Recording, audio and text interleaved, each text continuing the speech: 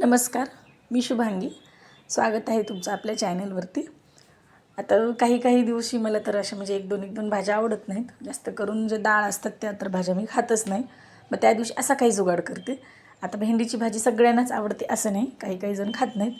पण हा ठेचा सगळ्यांनाच आवडला, खास करून आहोंना तर आवडला. ते भेंडीची भाजी खात नाहीत, त्याच्यामुळं मग असं काही जुगाड करावं लागते. आणि मलाही एवढ्याशा ज्या दिवशी डाळ केली जाते त्या दिवशी मीही असा मधला मार्ग घेत असते. आणि खास करून ठेचा कोणताही असो, मला तो खूप आवडतो. आपला साधा जरी मिरचीचा ठेचा वाटला काहीच न घालता तरी तो मी आवडीनं खात असते. दही आणि ठेचा झालं मग माझं जेवण पोटभर असते.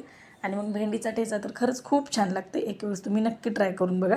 आणि सोपी रेसिपी आहे, एवढा जास्त वेळही लागत नाही, एक 10 ते 15 मिनिटात होत असते. आता हे भेंडी अशा अर्ध्या कट करून घ्यायच्या, अर्ध्यामधून एका भेंडीची 2 भेंडी करायची आणि ते चांगल्या अशा तर म्हणजे तेलामध्ये भाजून घ्यायचं, थोडंसं तेल टाकून. अगदीच थोडंसं तेल टाकलं होतं मी. मग थोडासा चिकट होतो पण खायला छान लागतो. एवढंसं हे काही होत नाही. आता भेंडी चिकट असते हे तर सर्वांनाच माहिती आहे. पण भाजीपेक्षा तरी मला ठेचा म्हणजे आवडतोही. आणि मग नाही आवडला, त्यामुळे चला म्हणलं तर मग बार करत असते मी हे. आता भाजून घेतली ही भेंडी, छान अशी भाजून घ्यायची, जास्तही भाजायची नाही, नाहीतर करपट लागतो. कारण वरचा थर लवकर भाजला जातो, त्यामुळं कमी गॅसवरती भाजायचं. आता ही शेगडी आमची थोडीशी फुल आहे, त्यामुळे लवकर भाजलं गेलं. त्याच्यानंतर मग आता इथे मी हिरव्या मिरच्या घेतल्यात देठ काढून, त्याही स्वच्छ पाण्याने धुवून घेतल्यात. त्यामध्ये एक 7-8 लसणाच्या पाकळ्या टाकल्यात, थोडेसे जिरे टाकायचे. आता कसा झाला ठेचा ते बघण्यासाठी तुम्ही व्हिडिओ शेवटपर्यंत नक्की पहा. आणि आपले जर व्हिडिओ तुम्हाला आवडत असतील तर आपल्या चॅनलला नक्की सबस्क्राईब करा. आता ही मिरच्याही भाजून घेतल्यात मी, थोडं गवळंच भाजायचं, जास्तही भाजू द्यायचं नाही. म्हणजे नॉर्मली आपण जसा ठेचा करतो एवढ्या ह्या मिरच्या भाजू द्यायच्या नाहीत, कारण थोड्याशा कमी भाजायच्या, मस्त लागतात. असं करून पहा एक वेळेस. थोडासा कच्चापणामध्ये ठेवायचा, म्हणजे जास्तही नाही, थोडासा अगदीच. मग आता ह्याही व्यवस्थित भाजून घेतलं. थोडेसे त्यात जिरे घातले, जिरेही भाजूनच घ्यायचे. जर जिरापूड असेल तर टाकायची, पण नाही मी असंच करते. सगळं काही पारंपरिक पद्धतीनंच केलं की कोणत्याही ह्याच्यामध्ये म्हणजे खायला छान लागतं. आता ऑप्शन म्हणून काय असतं आणि आपल्याला गडबडीच्या वेळी होतही नाही, हे मान्य करते मी. पण असं करून पहा एक वेळेस, खरंच खूप छान लागतं. थोडं निवांत असलं की मग हे असलं काही सगळं आपल्या खुरापती डोक्यात येत असतं.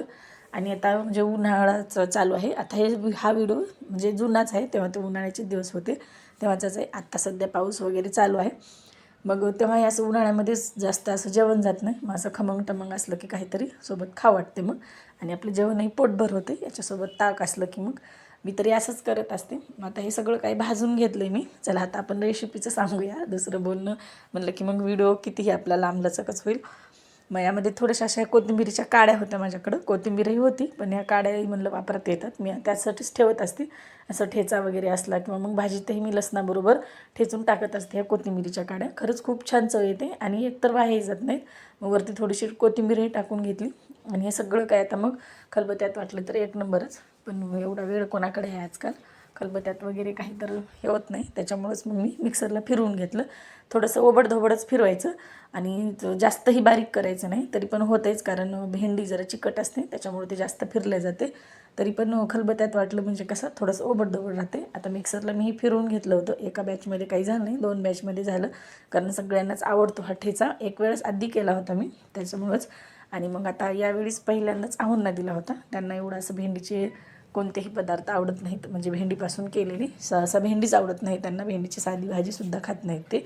पण हा ठेचा त्यांनी आवडीनं खाला, त्याच्यामुळे वाटलं आपण केलेलं आता आपल्याला म्हणजे फळ मिळालं असंच. मग त्याच्यानंतर आता इथं मी वाटून घेतला हा ठेचा खलबत्त्यामध्ये. छान झाला होता, 2 बॅचमध्ये वाटून घेतला होता मी.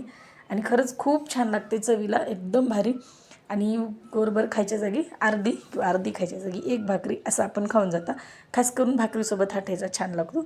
चपातीसोबत एवढा काही असा विशेष लागत नाही. आता ज्याची त्याची आवड आहे कशासोबत खायचं, कारण मला ही एवढी अशी भाकरी आवडत नाही, पण असं ठेचा वगैरे असेल तर मी भाकरी खात असते चपातीपेक्षा. मग अशा ठेचा हे असलं की भाकर जरा जास्तच जात असते आपल्याला. मग आधी सगळं आता ठेचा बनवून तयार होता, मग तिकडं गरमागरम मी सगळ्या भाकरी वगैरे करून घेतलं. आता थोडंसं आपली सजावट म्हणून एक भेंडीचा तुकडा टाकला होता. चला म्हणलं छोटं मोठं आपलं काही चॅनल म्हणजे कुकिंगचं नाही, कुकिंगचं असेल तर आपण प्रॉपर व्हिडिओ सगळे काही व्यवस्थित करतो असोत. मग इथं आता माझा ठेचा बनवून तयार झाला होता, मस्त भेंडीचा ठेचा तयार झाला होता. आता दिसायला तर खूप छान दिसत होता आणि खरंच खायलाही खूप भारी झाला होता. मला तर खूपच आवडला, म्हणजे नेहमीच करत असते मी. आता ही काय माझी पहिली वेळ नाही, याआधी केला होता 1-2 वेळेस. आणि मग त्याच्यामुळेच असं बनवत असते. मग आता इकडं मस्त भाकरी झाल्या होत्या, गरमागरम भाकरी आणि हा बहिणीचा ठेचा, म्हणलं की एक नंबर बेत होतो. आणि याच्यासोबत ताक. मग कसं आपलं जेवण मस्त अगदी फुल टम्म पोट भरतं. आणि शेतात खायला तर खरंच एवढं भारी वाटते ना हे. तर माझी आई आजी हे असं सगळं काही करत असतात, त्याच्यामुळे छोट्या मोठ्या गोष्टी मला येत असतात. चला भेटूया नेक्स्ट व्हिडिओमध्ये, तोपर्यंत बाय.